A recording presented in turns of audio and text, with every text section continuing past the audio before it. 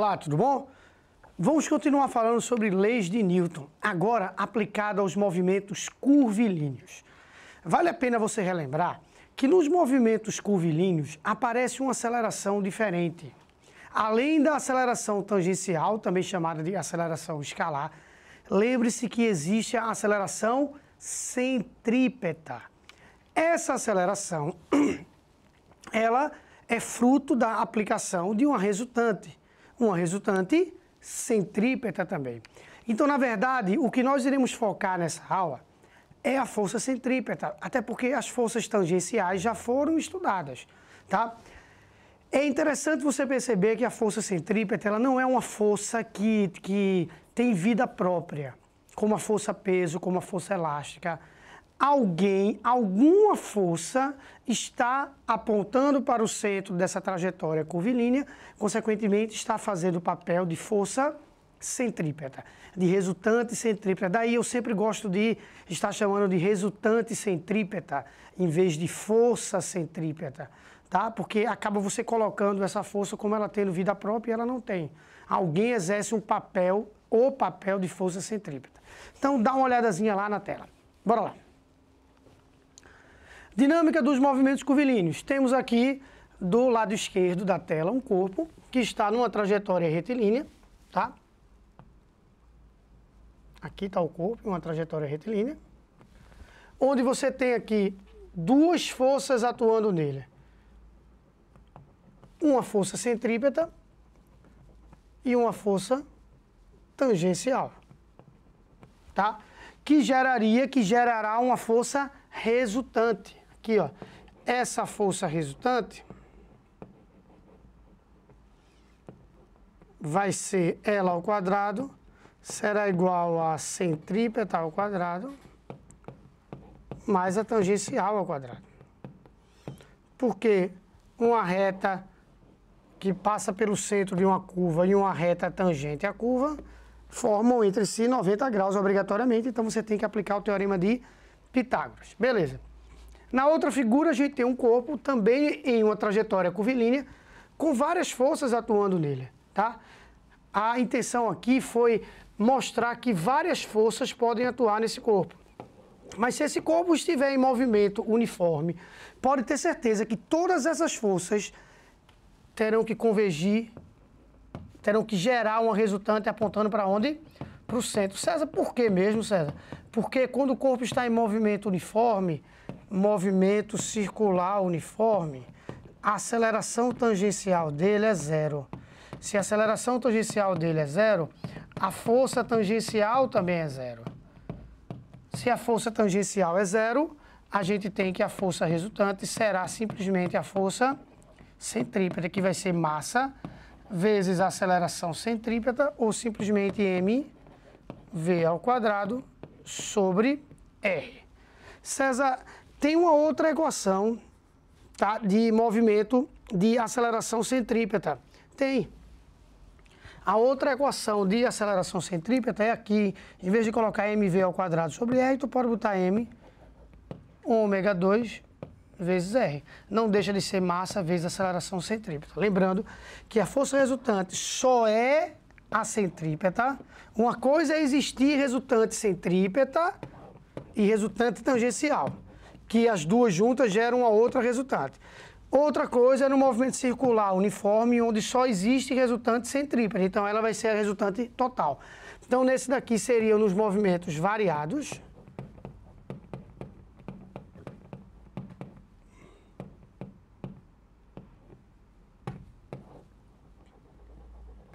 E a outra seria nos movimentos uniformes. Tranquilo? Então, de posse disso, vamos tentar mostrar algumas situações. Vamos lá. Temos um carrinho passando em três situações, uma parte retilínea, uma depressão em B e uma lombada em C. Tá? Vamos colocar basicamente as forças que atuam. Vamos esquecer um pouco a força de atrito nesse caso aqui. Então, eu tenho aqui o peso e eu tenho aqui a força normal. Aqui também eu tenho o peso e aqui eu tenho a força normal. Vou chamar aqui de NB, para ficar mais simples de explicar, NA. E aqui também eu tenho o peso. E aqui eu tenho a força normal, NC. Beleza. No primeiro caso, sem muita conversa, por ser um plano horizontal, anormal, é numericamente igual ao peso. Então, por exemplo, se o peso desse carro for, se a massa dele for 1 tonelada, tá? Então, essa normal aqui iria marcar M vezes G, 10.000 newtons. Então, o peso aparente, que é a normal, coincide com o peso real, tá? Em B, a gente tem o centro da curva aqui, onde eu estou pintando aqui. Então, se o centro da curva está acima, entre essas duas forças, a normal tem que ser maior. Porque senão a resultante não iria apontar para cima. Então, se a resultante aponta para o centro, é a normal que é maior que o peso. NB, que é maior que o peso. Isso faz com que NB menos o peso, parece com aquela questãozinha do elevador que nós fizemos na aula anterior, sendo que lá era tração. NB menos o peso é igual a massa vezes a aceleração, sendo que aqui a aceleração é centrípeta. Então fica N menos P. Consequentemente, se você olhar direitinho, esse N será, esse NB, o peso, mais algum valor. O peso você encontrou já que é 10.000 newtons, mais um determinado valor. Então, por isso que NB fica maior que o peso, porque vai ser NB mais alguma coisa.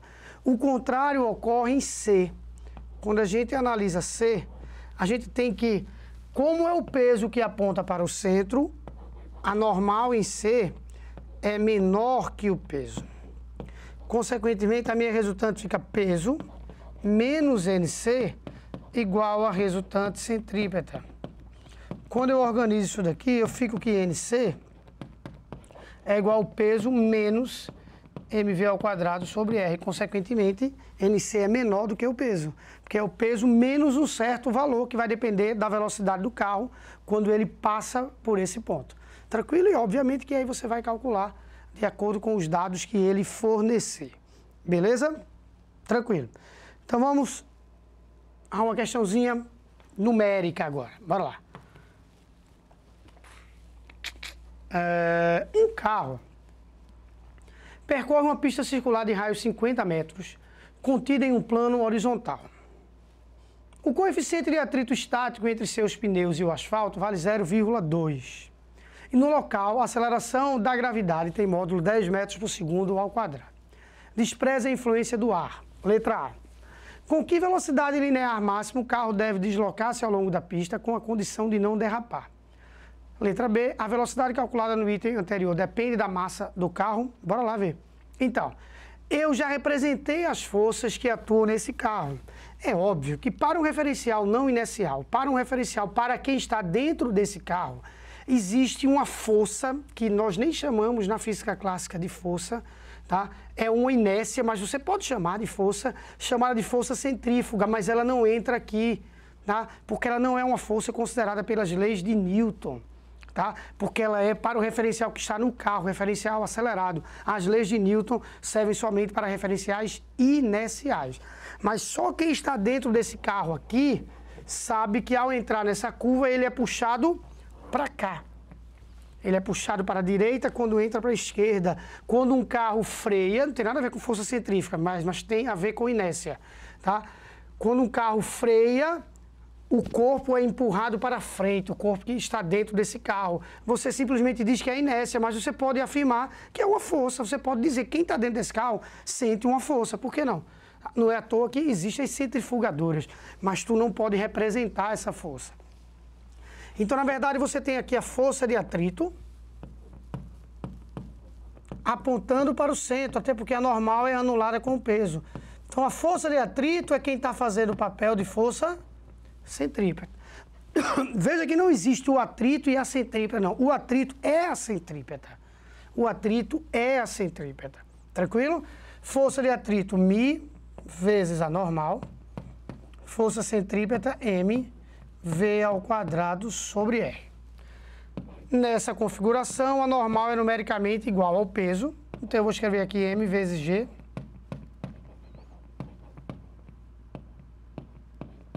mv ao quadrado sobre r. Eu vou cancelar e já respondo consequentemente a letra B. A velocidade calculada no item anterior depende da massa do carro? Não depende. Depois a gente explica com mais calma isso daí.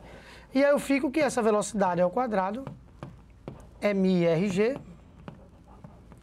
Essa velocidade é raiz de μRG.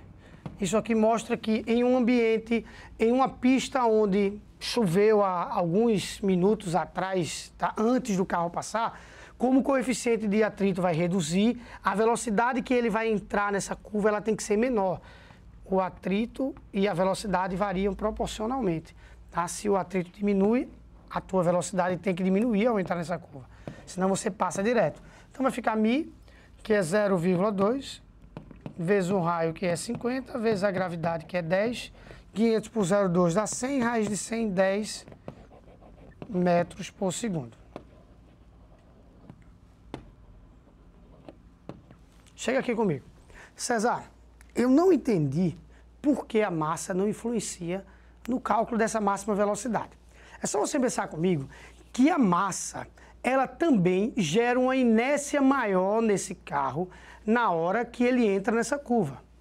E ela aumenta também a força centrípeta, a força de atrito. Porque quanto maior for o peso nessa situação, maior é a força de atrito.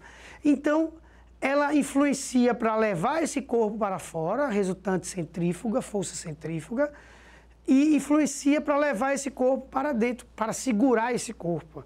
Então, matematicamente, ela não vai influenciar, porque ela causa a mesma influência nesses dois sentidos. Tá? Então, há uma influência, mas ela é anulada, tá? Então, matematicamente, acaba que ela não influencia nisso daí. Então, há uma ideia errada de que, para não derrapar, o carro estando pesado, ele vai derrapar, ele corre menos riscos de derrapar. Não, o que ocorre aí é o centro de gravidade. Quando o carro está mais pesado, ele fica mais próximo do solo, consequentemente, o carro fica mais estável ao tombamento, fica menos suscetível ao tombamento, não tem nada a ver com derrapagem numa curva. Tá certo? Então, existem N exemplos de movimentos em trajetórias curvilíneas. Tá? N exemplos. Acho que com esses exemplos deu para que tu tivesse uma certa noção e que lá na frente, quando a gente estiver estudando trabalho, potência e energia, a gente vai outra vez falar sobre esse tópico, tá bom? Então, tchau, tchau, até a próxima. Fica com Deus.